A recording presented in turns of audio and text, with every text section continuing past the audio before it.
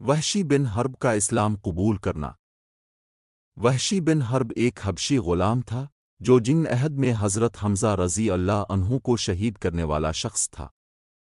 یہ وہی جنگ تھی جس میں ہندہ ابو سفیان کی بیوی نے حضرت حمزہ کا کلیجہ نکال کر چبایا تھا کیونکہ ان کے کئی رشتہ دار اسلام کے ہاتھوں مارے گئے تھے۔ ہندہ نے وحشی سے کہا تھا کہ اگر تم حمزہ کو قتل کرو گے تو میں تمہیں آزاد کر دوں گی۔ وحشی نے نیزے سے حضرت حمزہ کو شہید کر دیا۔ دل دہلا دینے والا منظر۔ حضرت حمزہ کو شہید کرنے کے بعد وحشی سائے میں بیٹھ گیا، اسے کسی اور سے کوئی غرض نہ تھی، اس کا کام صرف قتل تھا اور وہ کر چکا تھا۔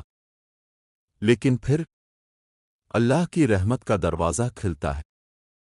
فتح مکہ کے بعد جب سب مشرکین کو معاف کر دیا گیا تو وحشی کو احساس ہوا کہ وہ اس قابل نہیں کہ رسول اللہ کی خدمت میں حاضر ہو، لیکن پھر بھی اسلام کی سچائی نے اس کے دل کو جھنجھوڑا اور وہ مدینہ آئے۔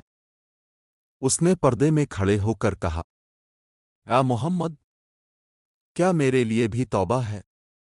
میں وہی ہوں جس نے آپ کے چچا کو قتل کیا تھا۔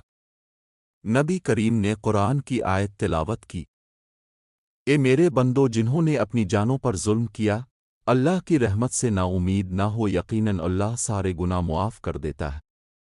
نبی کے چہرے پر غم کے آثار۔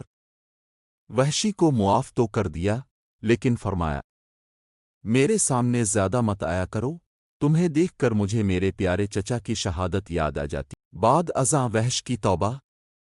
وحش نے پوری زندگی اس توبہ کی شرمندگی میں گزاری، لیکن پھر اسلام کے دشمن جھوٹے نبی مسلمہ کذاب کو قتل کرنے کے لیے میدان میں نکلا اور اسی نیزے سے مارا جس سے حضرت حمزہ کو شہید کیا تھا۔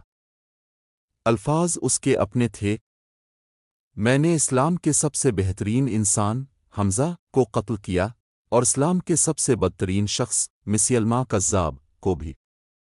شاید اللہ میری مغفرت فرما دے۔ کسی کے ماضی کو دیکھ کر اس کی توبہ کو رد نہ کرو۔ اللہ کی رحمت سب پر وسیع ہے، چاہے گناہ کتنے ہی بڑے کیوں نہ ہوں۔ اسلام نفرت نہیں، اصلاح کا نام ہے۔ وحش گناہگار سے صحابی بنے تو ہم کیوں نہیں؟ ابھی بھی وقت ہے، پلٹ آؤ اپنے رب کی طرف۔